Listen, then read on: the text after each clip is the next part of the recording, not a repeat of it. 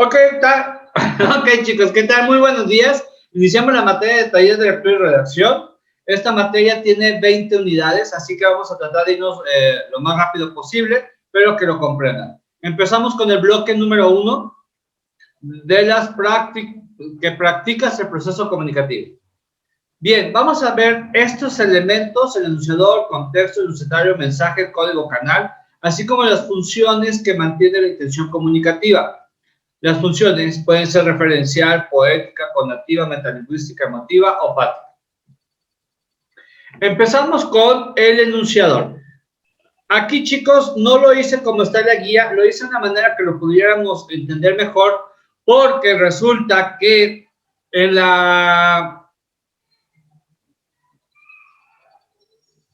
¿cómo se llama? Perdón, se me fue la mente.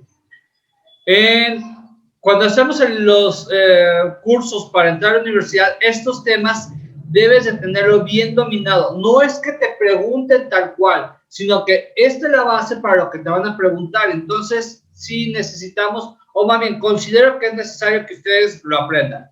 El enunciador es quien expresa alguna información. Enunciatario también se le llama receptor y es quien recibe el mensaje. El código es el sistema de códigos empleados por el enunciador, es cómo se está comunicando.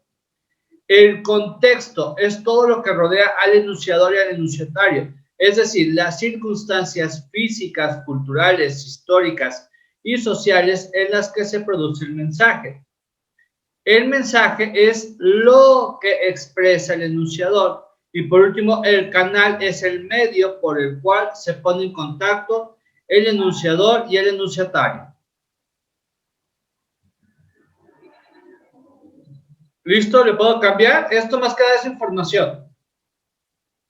A quien le interese, tome la captura de pantalla porque sí es importante que lo tengan identificado. Sí, profe, ya, gracias. Perfecto, gracias, Ruth. Bien, chicos, vámonos. Siguiente diapositiva. Este es un ejemplo. En su guía tienen el mensaje de Olafo, un vikingo. Pero obviamente a nadie de ustedes, creo yo, les tocó leer el periódico con las caricaturas de Olafo. Entonces lo que hice fue tratar de modificarlo y poder expresarlo más fácilmente. Empezamos. Homero es el emisor, es el que está hablando. Marge es la receptora. El canal en este caso es el medio, que es el teléfono. El mensaje es: Marge, me voy a ir a Marte. El código es el mismo idioma con el que están utilizando. Ahora, si Marge contesta, se intercambian los roles de los interlocutores. Si Marge contesta, Marge sería la emisora y Homero el receptor. ¿Listos? Sí, profe. Bien, ahora vamos con las funciones: expresiva, apelativa, metalingüística, referencial, fática y poética. Empezamos con esto. La función referencial se produce cuando el enunciador externa datos sobre el contexto en el cual se encuentra y que pueden ser observados y comprobados.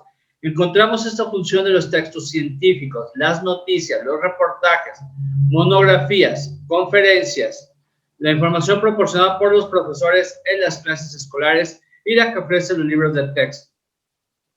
Función conativa. Sucede cuando el enunciador busca una respuesta del enunciatario, ya sea oral, escrita o conductual. Ejemplos: el lenguaje publicitario, un discurso religioso, las campañas antidrogas, de limpieza, ayuda social, políticas, etc. Función emotiva. A través de ella, el enunciador pone de manifiesto sus estados de ánimo, sus emociones y todo aquello expresado en primera persona. Por ejemplo, qué gusto me da que estés aquí. Hace tiempo que no disfrutaba de un paisaje tan hermoso.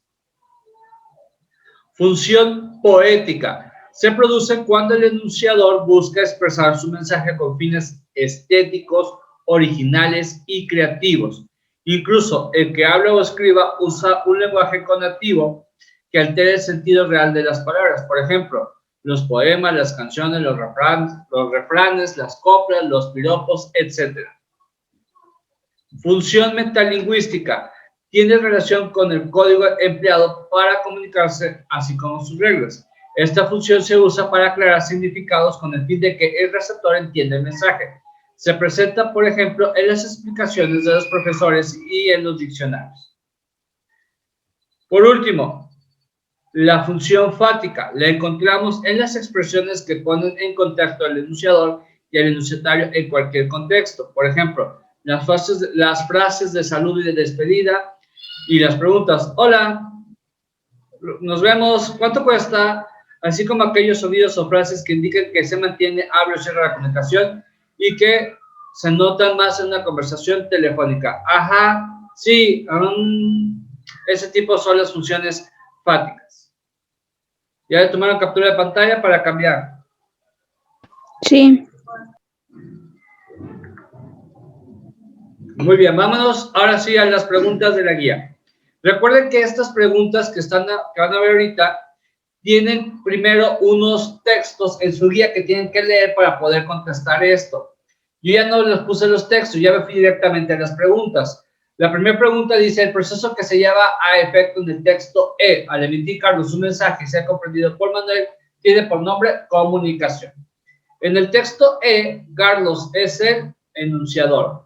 En los textos leídos, quienes emiten los mensajes están seguros de que será comprendido por aquellos que lo reciben porque comparten un mismo sistema de signos llamado código. El texto C es una noticia que se dio a conocer en el ámbito nacional. El canal para que se dé la comunicación puede ser por los medios masivos de comunicación. Y número 5, la función que predomina en el texto B es expresiva.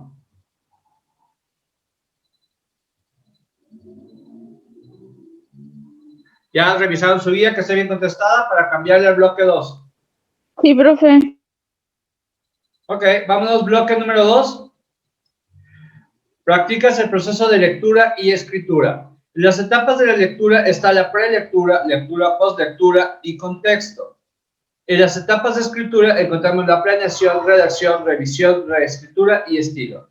Bien, antes de darle, voy a explicar esto. Prelectura, chicos, es cuando tú tomas un libro y empiezas a identificar primero cómo se llama el libro, de qué se trata. Eso se llama prelectura, porque estás básicamente informándote acerca de qué es lo que vas a leer. Después ya está la lectura, que obviamente pues, es cuando estás leyendo el libro, y la postlectura es cuando tú terminas y puedes expresar lo que leíste. El contexto es todo lo que rodea a la lectura. Es decir, puede ser el tipo de libro que tú estás leyendo, puede ser el estado de ánimo en el que tú estás, puede ser la edad que tú tienes, todo eso es el contexto. Ahora, en las etapas de escritura encontramos la planeación. Cuando tú vas a escribir algo, tienes que planear qué voy a escribir, cómo lo voy a escribir, y lo ideal, dicen los expertos, es hacer un bosquejo de qué es lo que quiero escribir, qué es lo que quiero que se entienda, cómo quiero decirlo, y luego en base a eso empiezas a redactar. Y esa es la parte número 2, la redacción, cuando empiezas a escribir. Después revisas si lo que tú ya escribiste está de acuerdo como tú lo quieres y vuelves a reescribir lo que no consideras que no quedó bien. Y por último le das un estilo, es decir, ya le das formato, pones con negritas los títulos, separas los renglones, le das un formato justificado, pones numeración a la página, en fin. Vámonos a los ejercicios de la guía, que nada más son 3 preguntas, así que aquí está. Cuando tienes un primer acercamiento al texto, desde que lees el título, estás haciendo una prelectura. Cuando eres capaz de comentar, interpretar, aplicar o reflexionar el contenido, estás a un nivel de postlectura. Y número 3, cuando interactúas con el escrito y buscas el significado de las palabras que desconoces, has pasado al nivel de lectura. ¿Ya revisaron? Sí, profe. Sí. Bien, vámonos al bloque número 3. El bloque número 3 es cuando redactas los prototipos textuales. Aquí tenemos que ver la adecuación, la coherencia y la cohesión. Adecuación es cuando lo vas a adaptar a las personas que lo van a ver. La coherencia es que tenga, pues básicamente que sea coherente, que tenga un principio, un medio y un final, lo que tú estás escribiendo. Y la cohesión es que vaya relacionado.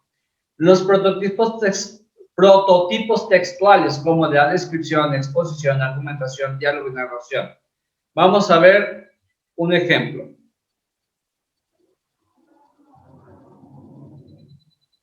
Esta es una lectura que viene en su guía.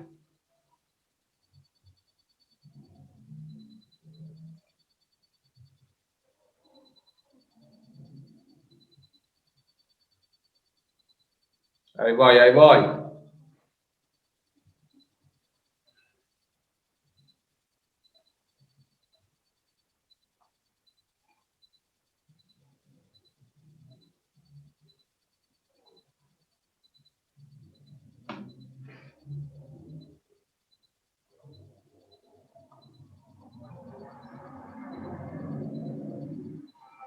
El niño al que se le murió el amigo. Un relato de Ana María Matute. Una mañana se levantó y fue a buscar al amigo, al otro lado de la valla. Pero el amigo no estaba, y cuando volvió le dijo la madre: el amigo se murió. Niño, no pienses más en él y busca otros para jugar. El niño se sentó en el quicio de la puerta con la cara entre las manos y los codos en las rodillas. Él volverá, pensó, porque no podía ser que allí estuviesen las canicas, el camión y la pistola de hojalata, y el reloj aquel que ya no andaba, y el amigo no viniese a buscarnos. Vino la noche con una estrella muy grande, y el niño no quería entrar a cenar. Entra, niño, que llega el frío, dijo la madre. Pero en lugar de entrar, el niño se levantó del quicio y se fue en busca del amigo con las canicas, el camión, la pistola de hojalata y el reloj que no andaba. Al llegar a la cerca, la voz del amigo no le llamó, ni le oyó en el árbol ni en el pozo. Pasó buscándole toda la noche.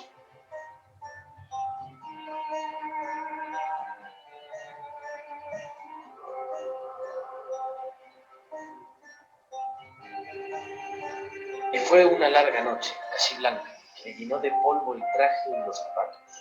Cuando llegó el sol, el niño, que tenía sueño y sed, estiró los brazos y pensó: qué tontos y pequeños son esos juguetes, y ese reloj que no anda, no sirve para nada. Lo tiró todo al pozo y volvió a casa, con mucha hambre. La madre le abrió la puerta y dijo: ¿cuánto ha crecido este niño? Dios mío, ¿cuánto ha crecido? Y le compró un traje de hombre, porque el que llevaba le venía muy mal.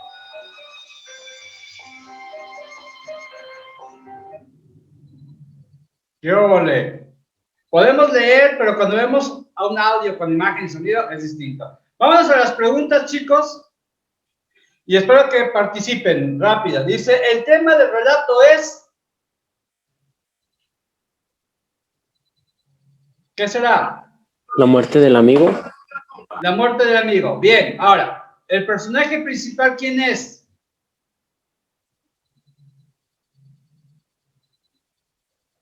¿El amigo? El niño. Tenemos dos respuestas, el amigo y el niño. Vamos, ahorita voy a poner las respuestas correctas. Y por último, es una narración breve con pocos personajes y un solo problema, por lo que se trata de...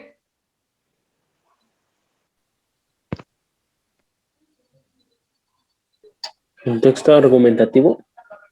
Ok, vamos a ver las respuestas. Bueno, ya perdí, ahí está. Efectivamente, el tema del relato es la muerte del amigo, el personaje principal es el niño, pero en este caso, al ser una narración breve con pocos personajes y un solo problema, se trata de un cuento. ¿Listo? ¿Puedo cambiar? Sí, profe. Vámonos. Actividad número 2 del bloque 3 dice, es una propiedad de la redacción en donde el que escribe, el enunciador, debe seleccionar el código apropiado para expresarse. Yo lo dije y era la adecuación. Número 2, es la propiedad de la redacción mediante la cual las ideas del texto aparecen organizadas, unidas entre sí mediante procedimientos gramaticales, léxicos, lingüísticos y gráficos. Se le llama cohesión. Número 3, es la propiedad de la redacción en donde las ideas de un escrito están ordenadas de manera lógica y enlazadas mediante los nexos y signos de puntuación correctos para permitir la comprensión real del mismo. Coherencia. No se van a confundir cohesión con coherencia, chicos. Por último, número 4, es un relato de un suceso real o imaginario, ubicado en un tiempo y un lugar determinado. En este caso es la narración. Número 5, es una conversación entre dos o más personajes. Se marca en el texto mediante el empleo del guión largo. Diálogo. Número 6, consiste en decir cómo es una persona, un animal, un objeto o un lugar, pues mediante ella damos a conocer sus características. Descripción. Número 7, consiste en presentar una información sobre un tema oralmente o por escrito. Es un recurso propio del trabajo académico de la enseñanza, lo cual sería su finalidad pedagógica. Exposición. Es el inciso C, exposición.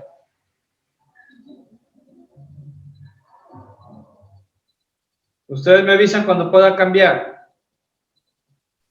Adelante. Gracias. Bloque número 4. Practicas el uso del léxico y la semántica. La producción de textos. Tenemos que aprendernos, chicos, lo que nos enseñan desde la primaria, las reglas de acentuación, cuándo son agudas, graves, esdrújulas, sobreesdrújulas, y las reglas para el uso de las grafías B, V, C, S, Z y X. Vamos a ver un poquito sobre el ejercicio. Número 1. Coloca los acentos en las siguientes oraciones.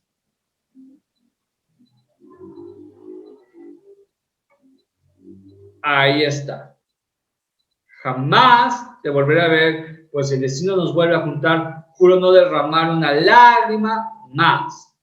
Tu responsabilidad es formar tu futuro. Tú debes quererte a ti mismo. Tú tienes la respuesta a mis preguntas, solo debes contestar. La señorita López nos dará la noticia. Número 2.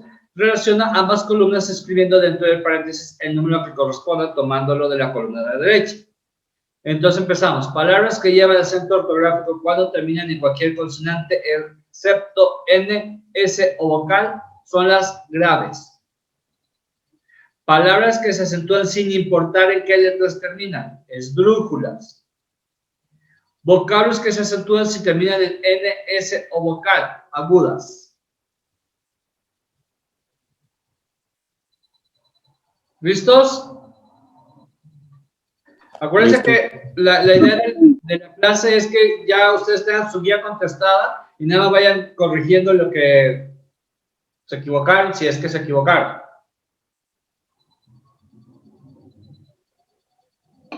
Vamos a trabajar el bloque número 5. Redactas textos personales. Vamos con los ejercicios de una vez. Función número 1. Función de los textos personales en donde el emisor externa sus sensaciones y estados de ánimo en los que se encuentran en el momento de la comunicación. Función emotiva. La función emotiva, chicos, es cuando el que está escribiendo expone cómo se siente, cuál es su estado de ánimo. Número 2. En las expresiones, ¿qué vacía está el alma? ¿Qué soledad tan grande? ¿Cómo es posible vivir de esta manera? La función que se hace evidente es la conativa. Acuérdense que esto lo vimos en el primer bloque.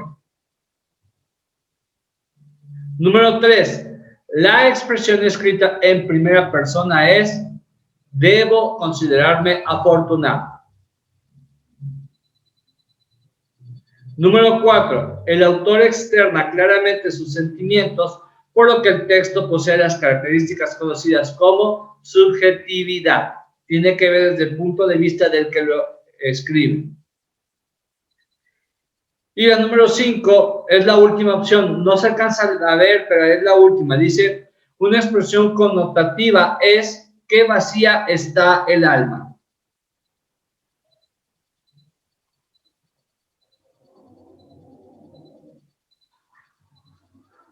Ustedes me avisan, chicos. Ya, profe. Listo. Vámonos al bloque número 6.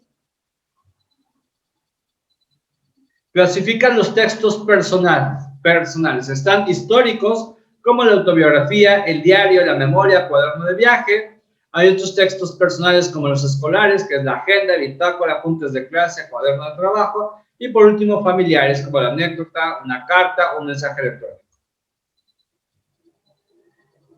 Como la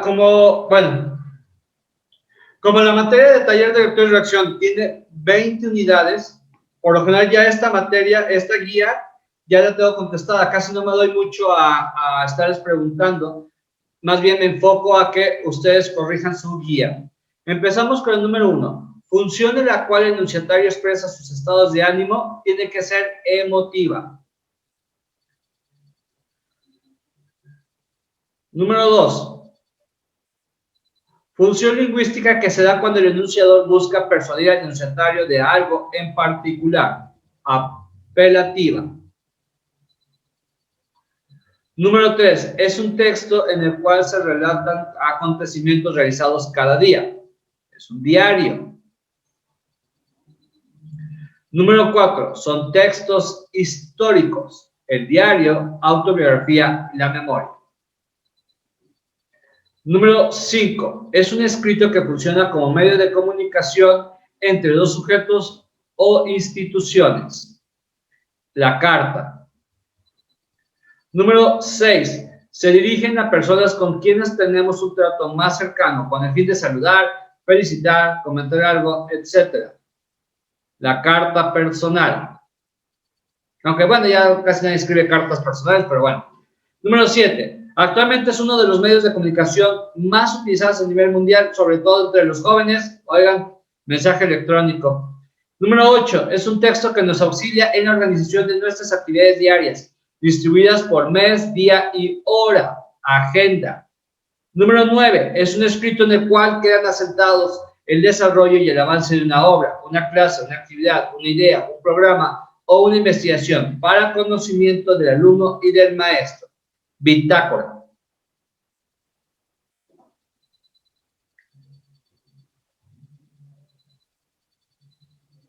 ¿Listos? Sí, profe.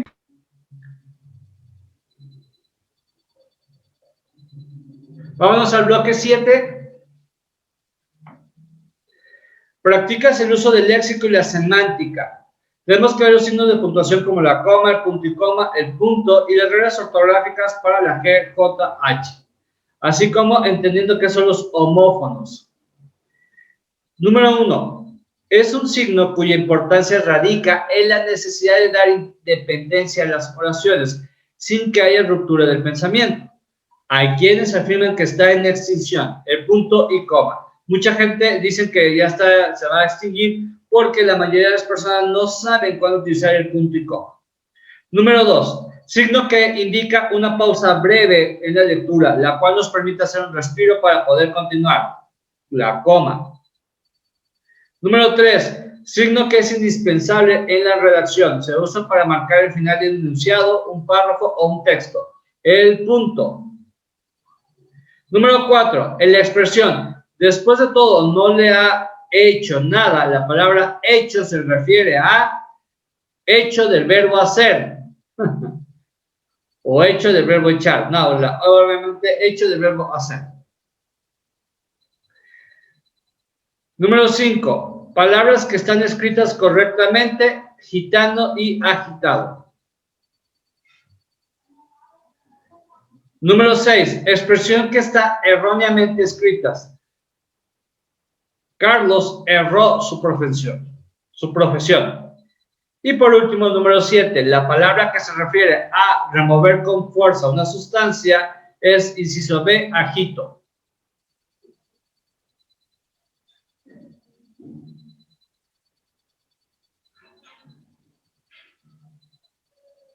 ¿Ya terminaron de contestar? Listo. Listo, Ciel. Perfecto. Vámonos con el bloque número 8. Redactas textos expositivos. Recuérdense. Ay, perdón, chicos. Recuerden que lo vimos en el primer bloque, las funciones referenciales, metodolingüística operativa. Y tenemos que ver las características externas e internas. Vamos con las preguntas. Pregunta número 1. Característica externa de un texto expositivo. es la primera parte del escrito. Su función es dar al lector un panorama general sobre el contenido de manera sintética, con la finalidad de despertar el interés. En la número 1, B. En la 2, la respuesta va a ser la A. Característica externa de un texto expositivo. Es el listado de contenidos del texto cuya finalidad es dar a conocer los temas y subtemas, el índice. Número 3, característica externa de un texto expositivo. Es la última parte del contenido informativo. En ella, el autor hace una reflexión final, la conclusión. Número 4, característica externa de un texto expositivo. Es el cuerpo del tratado donde se narra el proceso de investigación. Se explican las pruebas y resultados proporcionando los datos necesarios para hacer válida la información. Inciso C, desarrollo. Número 5, se llama así a todos esos tecnicismos que han ido apareciendo con los nuevos descubrimientos o bien que han modificado su significado por la manera que se usan actualmente, neologismos. Por ejemplo, una palabra neologismo es, vamos a whatsappear. Eso es un término nuevo, es nuevo y por lo tanto entra en el neologismo. Número 6. Partículas con significado de origen griego o latino que se anteponen al lexema. Un prefijo. Pre, antes. La palabra que contiene un prefijo, bueno, aquí creemos que es subsistema. Número 8. La aparición de la ciencia denominada robótica. Esta palabra puede ser considerada como neologismo porque es algo nuevo. Y número 9, una palabra que contiene un sufijo es tecnológico.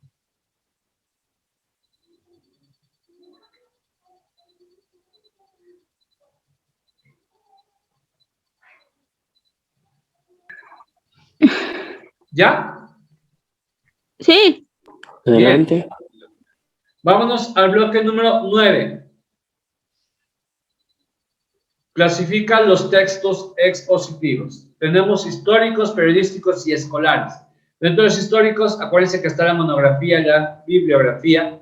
En los periodísticas tenemos noticia, crónica, reportaje, entrevista. Y en los escolares tenemos la reseña, reporte de investigación y, bueno, las etapas para lograr un reporte de investigación. Aquí, chicos, mucho cuidado con los paréntesis porque muchos nos revolvemos para contestar esto. Empezamos. Número 1. Relato breve de un suceso de interés para una comunidad. Noticia. Otra, perdón, chicos, paréntesis.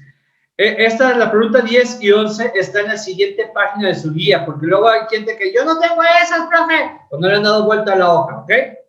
Para que tengan cuidado con eso. Número 2. Primera etapa del proceso de investigación en el que se elige el tema o problema a investigar. Planeación. 3. Historia sobre vida de una persona. Aquí está. Biografía. 4. Texto que narra con detalle cómo sucedió un acontecimiento. Crónica. 5. Escrito que no solo describe el hecho o la obra, sino que aporta juicios y opiniones del autor. Reseña crítica, H. Número 6. Son auxiliares o apoyos que ayuden a obtener datos sobre personas, documentos, monumentos y hechos. Instrumentos de investigación, la J. 7. Género periodístico que aborda un hecho de manera profunda. Debe ser de manera más profunda que la noticia. Es el reportaje.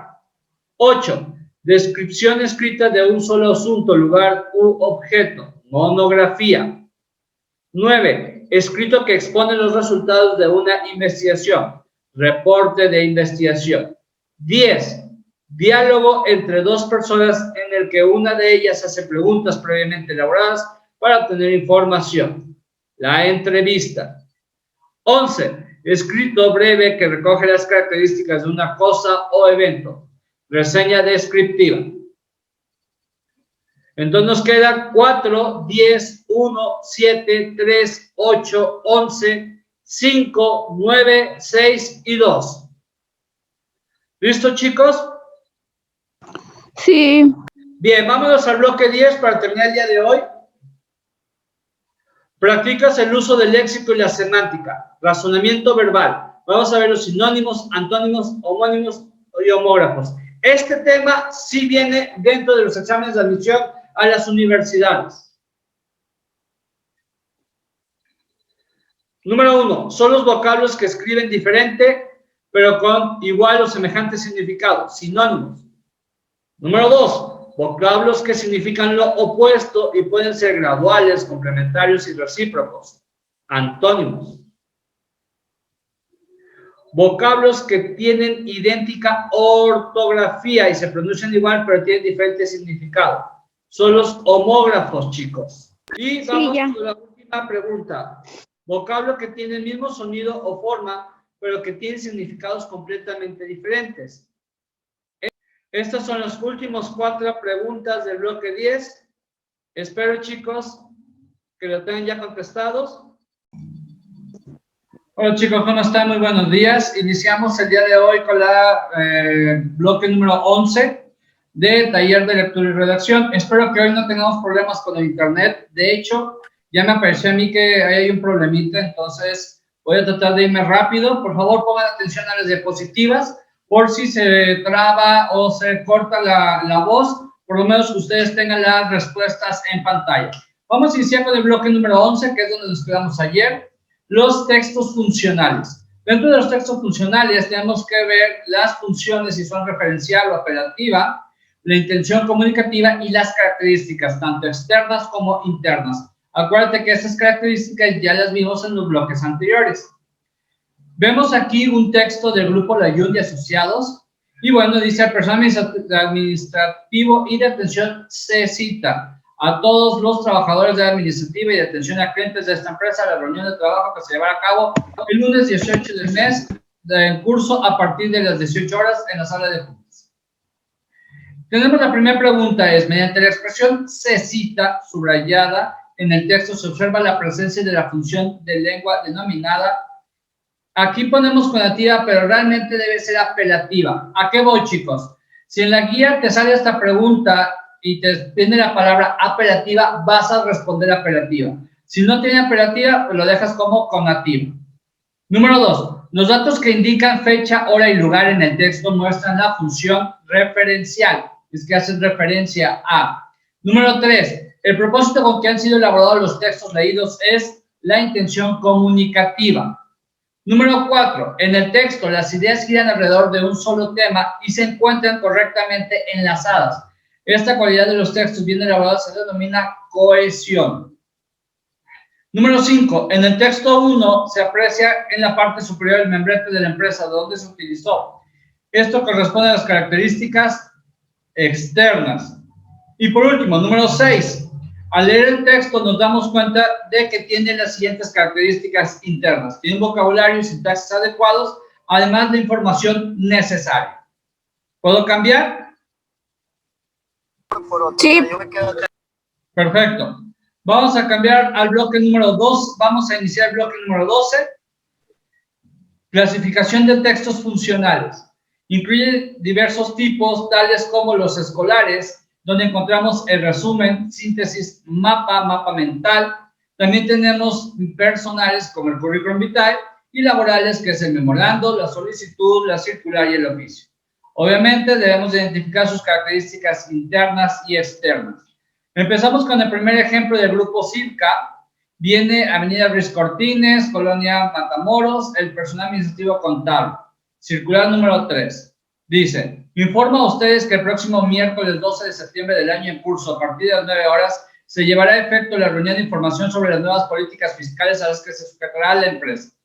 Por lo que todo el personal del área mencionada deberá presentarse en la sala de juntas de estas oficinas. Agradeceré la puntualidad y disponibilidad de cada uno de ustedes. Licenciado Carlos Alberto Jiménez, director general. Entonces vamos con las preguntas. Número 1. Lenguaje que utiliza el texto. ¿Cómo será? A, correcto, porque es altamente connotativo. C, incorrecto porque es denotativo. B, correcto porque es preciso. C, incorrecto porque da a conocer sentimientos del autor. ¿Cuál sería?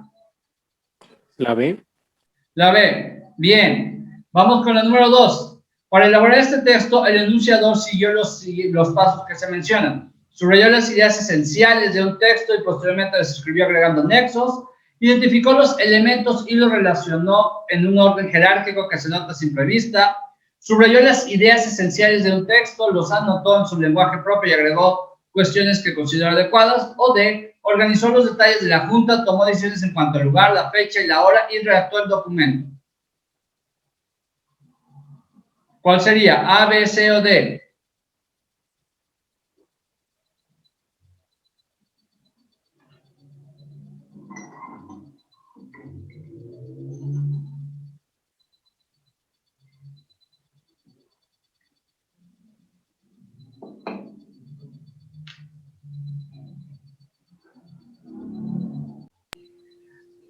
O si él me comenta la D. Muy bien. La 1 D y la 2 D. Vamos con el número 3.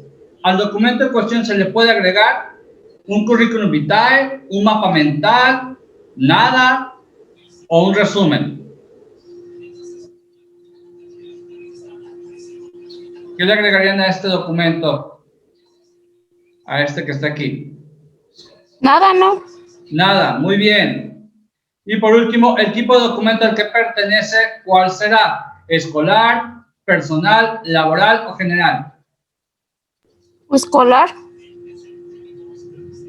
Vamos a ver, las respuestas correctas fueron, efectivamente, la primera B, como contestó creo que Josiel, igual la 2, la D, en la 3, B, como contestó Ruth, y en la 4 sería laboral, porque se circula entre trabajadores de una empresa.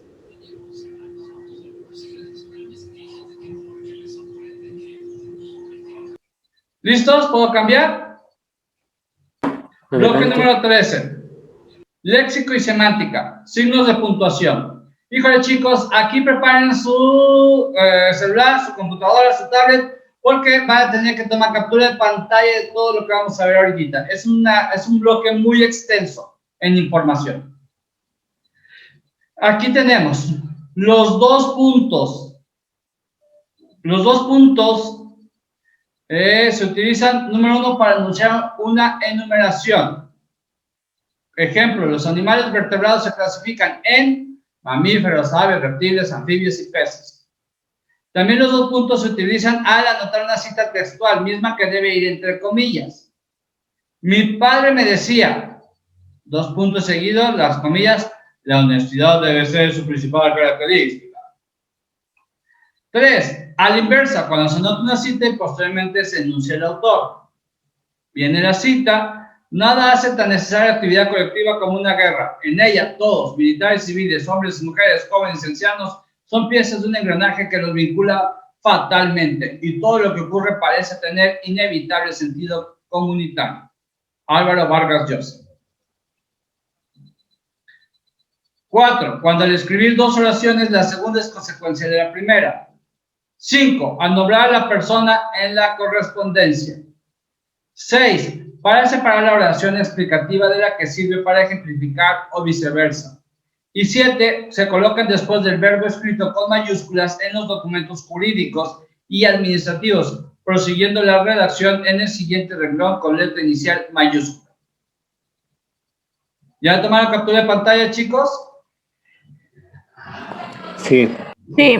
Bien. Vámonos con el siguiente punto, las comillas.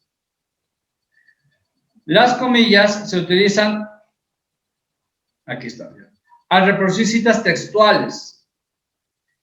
En los textos narrativos suelen utilizarse las comillas para encerrar los pensamientos de los personajes, lo que diferencia de los diálogos que se inician con guión largo.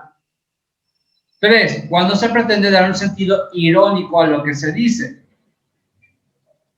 4. Al escribir el nombre de un poema, un artículo, una canción, una obra musical o de un teatro, un comercio, una escuela, una asociación, etc. 5. Para indicar que una palabra o expresión son incorrectas o vulgares, o bien que pertenecen a otra lengua.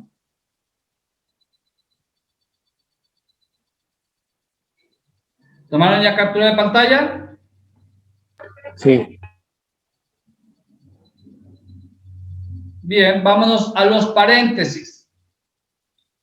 Son signos utilizados para encerrar una estructura sintáctica simple y breve dentro de una más compleja, con diferentes finalidades. Su aplicación depende de las siguientes reglas. Número 1. Cuando se introducen datos adicionales para enriquecer la información que proporciona un discurso. Vienen aquí los ejemplos. El año de conflicto estudiantil, entre paréntesis, 1968, fue también el año de realización de los Juegos Olímpicos. En fin. Y número 2. Para indicar opciones en un texto, con lo que se evita repetir palabras si se consideran innecesarios.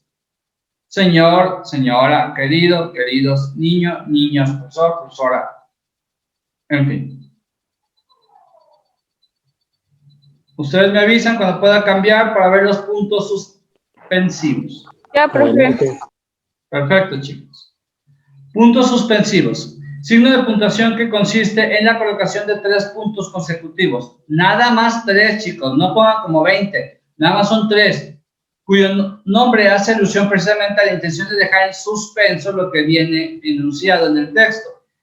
Indica una pausa en la lectura y entonación de final impreciso. Su uso se supedita a las circunstancias que se mencionan. Número 1, para indicar duda, vacilación, temor, indefinición. Ejemplos. Quiero salir contigo, pero no sé.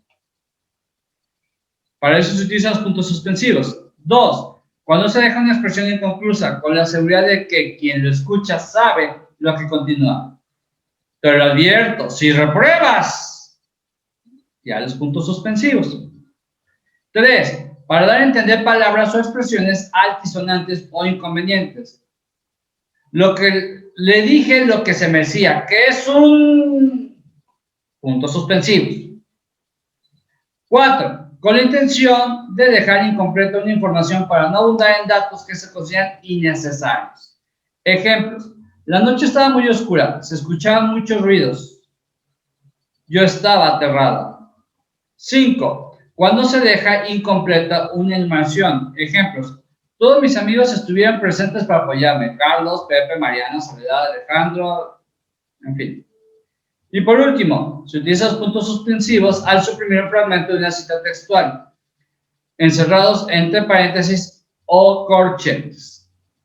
Fonética articulatoria es la que estudia los sonidos de una lengua desde el punto de vista fisiológico. Ponen puntos suspensivos para ya no escribir toda la cita y luego ya continúan. Seleccionan solo las que tienen que ver con el lugar y la forma de articulación. ¿Ya tomaron captura de pantalla? Sí. Bien, vámonos con el guión corto. El guión corto, al hablar de guión corto, se debe entender que existe otro que no tiene esta característica. Y es que, efectivamente, hay otra herramienta de expresión escrita conocida como guión largo. En ambos casos se trata de una línea cuya diferencia es la longitud que se le da a cada una y la manera en que se utilizan atendiendo las reglas específicas para su uso. Cuando un renglón ya no cabe en una palabra completa, por lo que hay necesidad de dividirla en 2 partes, respetando siempre la composición silábica. Ejemplos. En el mes pasado tuvimos un evento en esta escuela que resultó muy interesante. Vamos a ver aquí el ejemplo. Camioneta. Pónese guión corto cuando la palabra ya no cabe. Otro ejemplo. Se coloca en medio de 2 palabras que unidas forman una sola, pero ambas conservan su independencia. México, Canadá. Ahí están. Políticos partidistas. Permítanme tantito, chicos. Bueno. Bien, vámonos con puntos suspensivos, creo que sí ya lo habíamos puesto. Guión corto, guión largo, eso no nos quedamos. Se utiliza en lugar de paréntesis y sirve de apertura y cierre. Aquí están los ejemplos. En vez de poner paréntesis, puedes poner guión largo. También se utiliza para señalar las intervenciones de los personajes en un texto donde hay diálogos, en estilo directo. ¿Por qué no habías venido?, preguntó José. No sé, contestó Carmen. Bueno, en fin, ¿no? Y número 3, se ocupa para enumerar partes que pertenecen a un todo que se enuncia generalmente. Arriba, ejemplos. De Gabriel García Márquez hemos leído 100 años de soledad, el coronel no tiene quien escriba, crónica de una muerte anunciada, en fin. ¿Puedo cambiar? Sí. Gracias, Social. Signos de admiración. Bueno, las reglas ortográficas para su uso son las mismas que las anotadas para las interrogaciones. Ejemplo, corre, te vas a mojar, está lloviendo muy fuerte. ¿Cuánto dolor me causa verte en este estado? En fin. Estos signos se utilizan cuando tienes dolor, miedo, para expresar, perdón, dolor, miedo, sorpresa, angustia, alegría, etc. ¿Listos? Listo. Ok, signos de interrogación. Son herramientas que utiliza el hombre para plasmar el sentido del mensaje, sustituyendo las pausas y las inflexiones de la voz que hacen entendible y coherente un mensaje. Entendible y coherente un mensaje verbal. Los signos de interrogación se utilizan para dar a conocer que lo que se encuentra encerrado en ellos es una pregunta, por lo que al leer debemos dar el tono agudo al finalizar la expresión. Ejemplos: ¿cómo te fue en el examen? ¿Quién escribió la novela? ¿Casi el paraíso? También se utilizan para su uso se deben tomar en cuenta las siguientes recomendaciones. Número 1, cuando se escriben varias preguntas en secuencia que se refieren a lo mismo, se deben separar por comas y únicamente la primera lleva letra inicial mayúscula y se separan por comas. Ejemplos: ¿dónde estabas? Coma.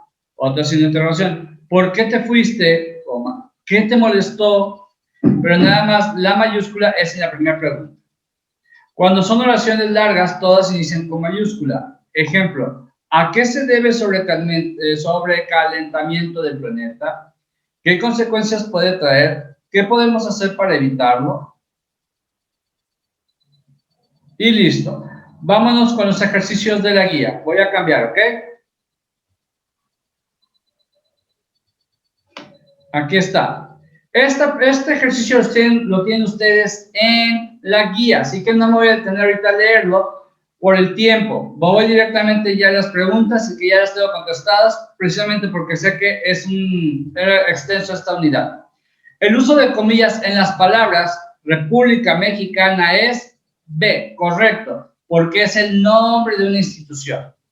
Número 2. Los dos puntos colocados al término de la palabra dice responden a la regla que menciona lo siguiente. Inciso D. Se usan dos puntos para anunciar una cita textual. Número 3. Los paréntesis usados para encerrar la expresión atender para ello las normas de inscripción que rigen la educación secundaria pueden sustituirse por guiones largos. Inciso A. Número 4. La diferencia entre estas dos expresiones, educación y obligatoria, por el uso de los signos es la siguiente. B. En la primera se suprimió una parte del texto que continúa después y en la segunda se suprimió la parte final. Número 5. La expresión por no contar con los recursos económicos suficientes para crear el uniforme que la institución determina se debe escribir, inciso D, por no contar con los recursos económicos suficientes para crear el uniforme que la institución determina. Así es correcto porque es parte de una explicación. ¿Ya revisaron sus respuestas? ¿Puedo cambiar? Adelante. Sí. Bien, vámonos al bloque número 14. Textos persuasivos. Igual, chicos, que en el bloque anterior, estén atentos para que puedan copiar las diapositivas. Aquí creo que estas son las preguntas, nada más que yo las hice de manera distinta, ¿ok? Se refiere a las imágenes de los anuncios. La respuesta yo le puse código iconográfico. Modo discursivo en el que se enuncia una tesis o proposición que se sustenta con razonamientos. Argumentación. Número 3. Propiedad que se da cuando el escrito está adaptado a las circunstancias y al contexto. Adecuación. Número 4. Texto persuasivo conformado por elementos verbales y no verbales cuyo fin es la venta de un producto. Anuncio publicitario. Permítanme un tantito, chicos. Hola.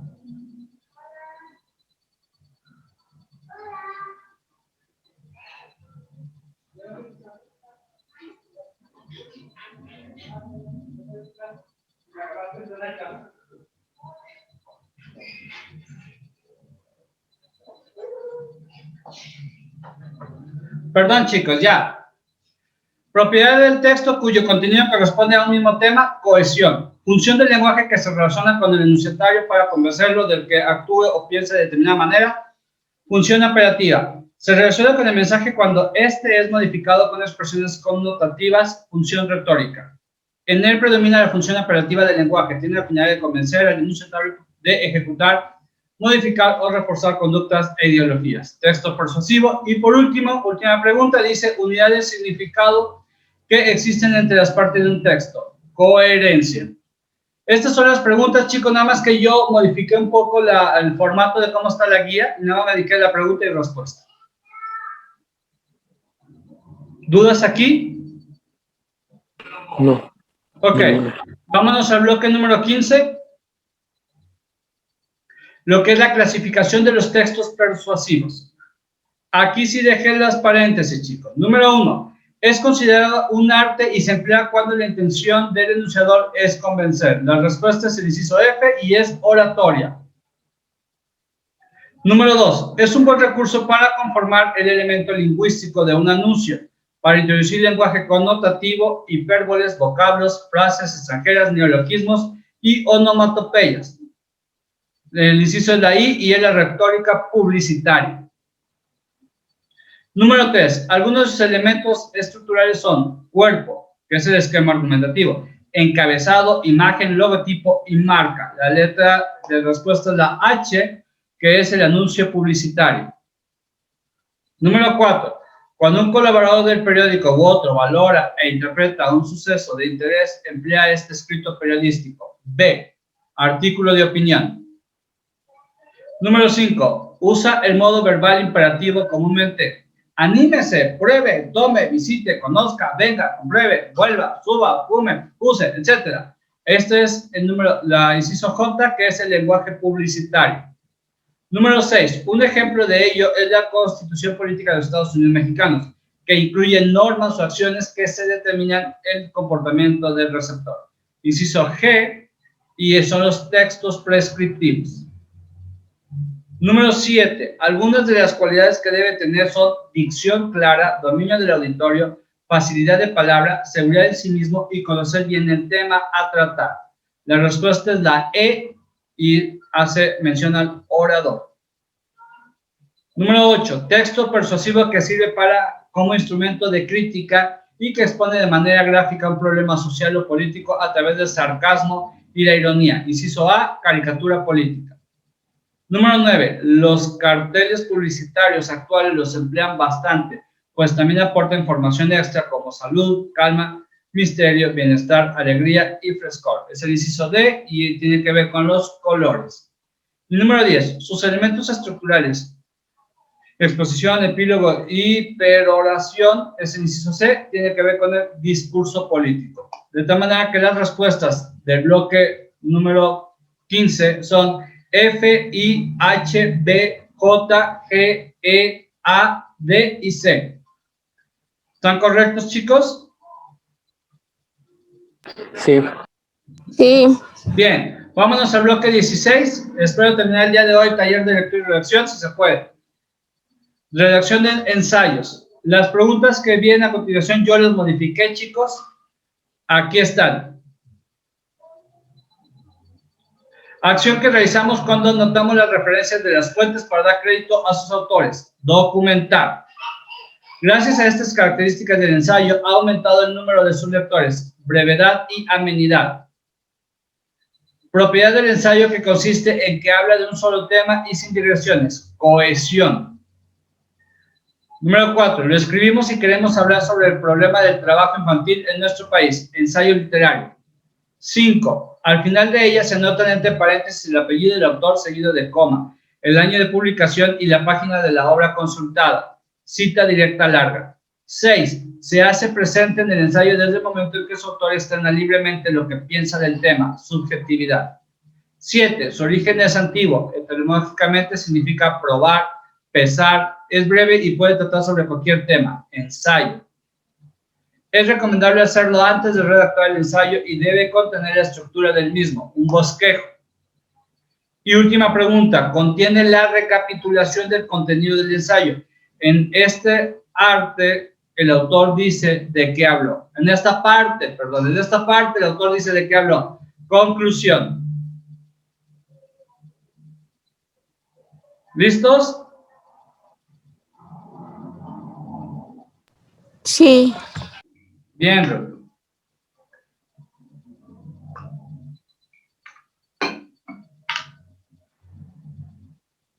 Bloque número 17. Léxico y semántica. Grupos semánticos.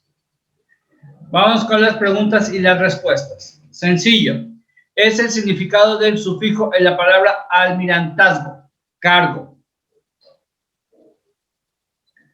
Las lenguas romances, como el español, se derivan del latín vulgar. Se llama así al hombre que rechaza o siente aversión por las mujeres, misógino. Tipo de expresión en el que las palabras son usadas en su sentido real u original, lenguaje denotativo. Significa dolor por el regreso de alguien, nostalgia. Se llama así a la parte subrayada y con el rojo del vocablo encuadernar, lexema. Es la parte subrayada y en negrita del término insolación, infijo. Partícula de origen griego o latino que se antepone a una raíz o lexema para formar nuevas palabras. Prefijo. Significado de los sufijos en loable y posible, capacidad para realizar una acción. Y por último, partículas de origen griego como grafía, dromo, arquía y grama que se posponen al lexema para crear otros vocablos. Sufijos.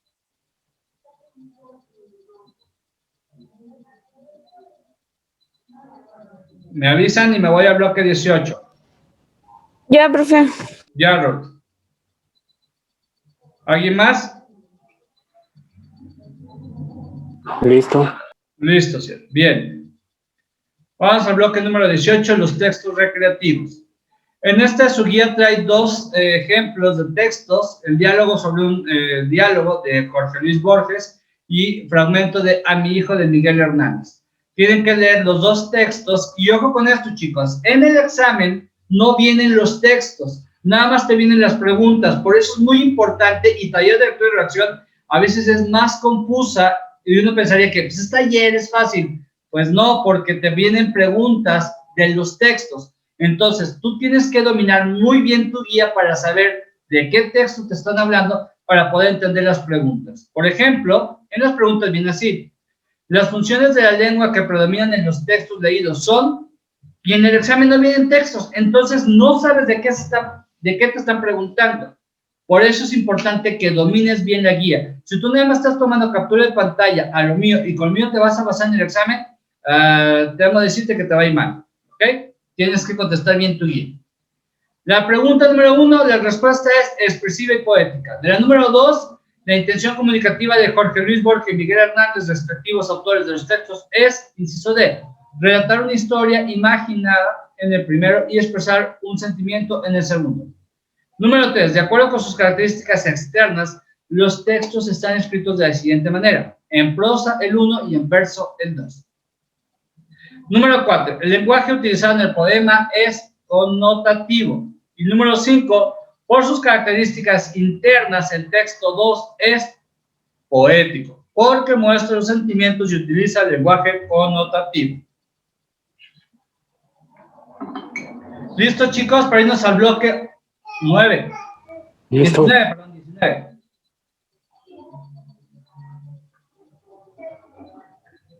Vámonos, bloque 19. Clasificación de los textos recreativos. De igual manera, trae dos textos y por eso es importante que los lean y que conozcan bien su guía, porque luego se van a confundir de qué texto están hablando. Tienen que ver esto para entender las preguntas. El texto 1 pertenece a los textos literarios. Número 2, el texto 2 pertenece al género narrativo. Número 3, el texto 1 está escrito en verso. Número 4, el texto escrito en prosa es el número 2. Y número 5, los recursos utilizados por Octavio Paz en el texto 1 son sensibilidad y expresiones metamórficas para despertar emociones al lector. ¿Listo, chicos? Listo. Muy bien. Vámonos al último bloque del día de hoy y de la materia de taller de lectura y redacción para que estén libres toda la semana y nos vemos la próxima semana. El bloque 20, léxico y semántica. Primera pregunta. Dice, conjunto de voces empleadas en el lenguaje de un arte, de una ciencia o de un oficio. Tecnicismos. Número 2, conjunto de palabras que se crean por la necesidad de dar nombre a un hallazgo, a un invento o a un proceso. Neologismos. Número 3, vocablos que han caído en desuso y que no han evolucionado a través del tiempo. Inciso C, arcaísmos. Número 4, error de dicción que cometemos al estructurar una frase con palabras que tienen la misma determinación. Ejemplo, el otro día mi tía compró sandía barata y la chata no le gustó. Cacofonía. Para muchos en la actualidad creen que están rapeando, pero realmente es cacofonía, no es un rap. Número 5, incorrección que se da al pronunciar o escribir las palabras, al emplear términos impropios o modismos erróneos. Se le llaman barbarismos. Y número 6, errores de sintaxis o al construir las frases en forma incorrecta. A eso se le conoce como solecismos, que es el inciso C.